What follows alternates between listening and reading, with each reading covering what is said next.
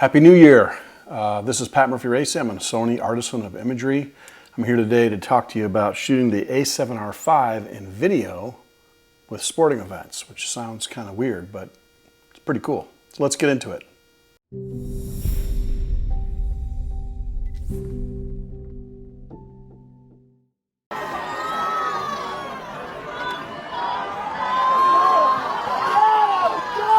So the a7RV, R standing for resolution, would not seem to be the camera to choose for doing sports photography or video. But it has a feature on it that is unusual, and actually it's exclusive to the a7RV so far, and that is called tracking on. This is a menu item that you can select, and you can select to put it on a custom button wherever you want in the camera. And I put it on the AF on button because I shoot sports and we've been using back button focus for 35, 40 years, whatever. Tracking on allows you to engage tracking autofocus when you're shooting video, but without having to use or be forced to use the back screen to touch focus. When you use a long lens like this on a monopod, especially with a teleconverter, I've got a 1.4 converter on here right now, so this would be the equivalent of a 560 millimeter f4 lens. When you do this, it's impossible to use the back of the camera to touch focus. You just can't do it, and you certainly can't track a moving subject that way. And so the natural way that sports photographers want to work is we want to look through the back of the camera through the EVF. But until the tracking on feature entered into the a7RV, that's been impossible, but no longer. And so I shot my first basketball game last month. I posted a video on that.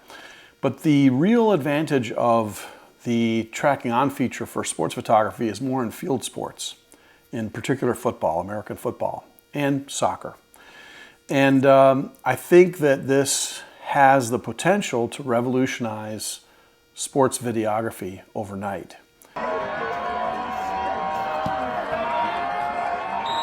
It just allows you to turn on autofocus and track a moving subject. And once you've told the camera what subject you want to track, as long as you hold your thumb down, it will track as long as you've got it in the viewfinder. Now this means that you can then not worry about just getting something sharp in manual focus, which is what most people do in video, but rather you can actually let the camera do the focusing for you, and then you can compose on the fly using rule of thirds or whatever and not having to center everything.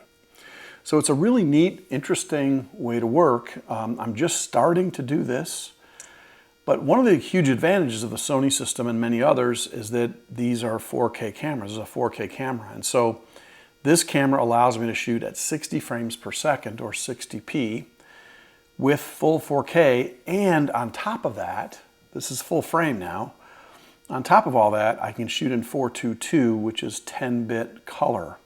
Now, I might have just lost a few of you, but here's how this works. All cameras basically shoot video in 8-bit color. 8-bit color means there's red, green, blue. Those are the three color channels on a CMOS chip. Each one has the ability to handle 256 colors. So there's 256 colors in red, in green, and blue.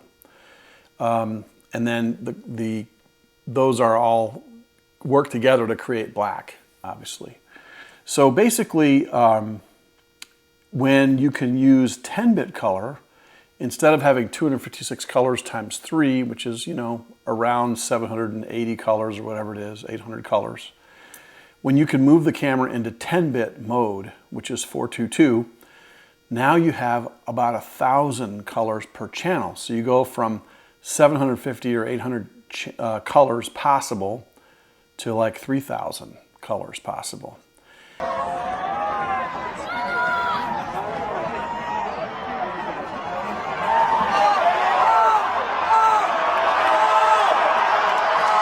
What this means to the shooter is that when you get into the editing process, it's always been very frustrating for those of us that are used to shooting still pictures and working in Photoshop or Lightroom or Affinity Photo, whatever you use. When we go to video, we can't do all the cool stuff we're used to doing. In fact, there's very little movement you can make in sliders or in the histogram or whatever. If you kind of blow the exposure, it's really difficult to work with video files. And when you can shoot in 10-bit video, all of a sudden, all that comes into video. So your ability to color grade, your ability to change exposure, control highlight and shadow detail, things like that, all this is deeply affected by using 10-bit color. When you take the combination of the a7R5, 4K video, 60 frames per second, 10-bit video, all this in a camera that costs less than $4,000, it's a pretty stupendous deal. Now, add to that tracking on autofocus, which frees you from touch focus on the back of the camera. Now you can look in the inside of the camera and choose what you want to do while you're shooting through the camera, through the EVF. It's revolutionary. But how do we set the camera up to do that? That's what this video is about. So what we're going to do right now is I'm going to jump in, I'm going to fire the camera up, I'm going to reformat it so it's out of box settings.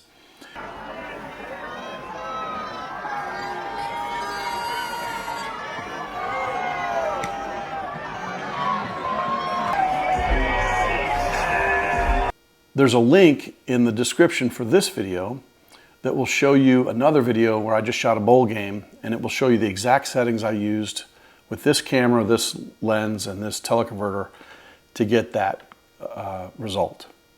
So let's get into it. What we're going to do is start in image quality, the very first menu. And if I go over, you'll see that the default setting is XAVC HD. We don't want HD, we want 4K. Down from that is movie settings, and I'm going to pick 60p. And then down here is where you can get into 10-bit. So now we're in 10-bit 60 frames per second video, which is where you want to be. I like this setting is something I like. Title name settings is something I really like to do. The standard one is C1234, and what I do is, this is the A7R. So what I'm going to do is change it, and you kind of got to, it takes a minute to figure out how to manipulate these, but okay, I'm going to go A, and then I'm going to go 7, and then back up to the letters,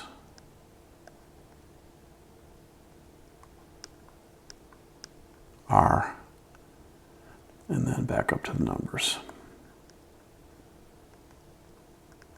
5. So now my file names are going to be A7R5, which is really handy for when you're kind of dealing with I don't know, 4 or 5 camera setup or whatever. This is something you want to check. The default setting out of the box is 26 for the audio record level, but that might be a little hot. It's very hot for this. I'm going to turn mine down to about there. You probably heard the difference. So, and let's see here. This time code. I'm not going to get into that. Just a couple words about steady shot. When you use steady shot, it does crop a little bit on the a7R5. So when you go to active, you're going to see a lot less in the frame than you would at the standard. And then when you turn that off, you'll see the full frame view. Okay, let's see here, shooting display. I really prefer the emphasize record display, so I turn that on. It puts a red band around the entire frame, whether you're in the EVF or looking on the back screen. I really like that a lot. And these are the marker displays you can put on whatever you want to. There's different aspects you can put on and whatever. So if you leave it off, it's just going to be 16:9. You definitely want to change your focus area color to red. It's much easier to see, and I think it just works better for me. Okay, and then way down here in the suitcase at the bottom, you'll see number 3 is Operation Customize. And what you're going to see is that over here, this is the still photography only customization for the dials and the keys. This is the one you want for video. So I'm going to hit that. And you can see the button number 2 is the one that I want to change. And so what I'm going to do is I'm going to go down to 2, which is the AF on button. And I'm going to hit that. And now I'm going to roll through the options for focus until I get the one that says tracking on.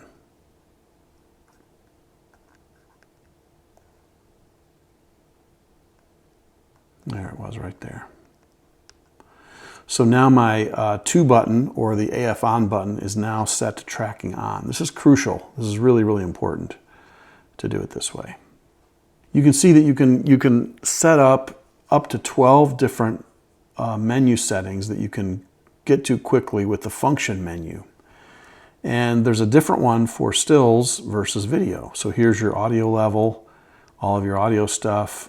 This is where you change what IAF you want, whether it's bird, animal, you know, whatever, human, all that stuff. If you shoot a lot of manual focus, peak is here.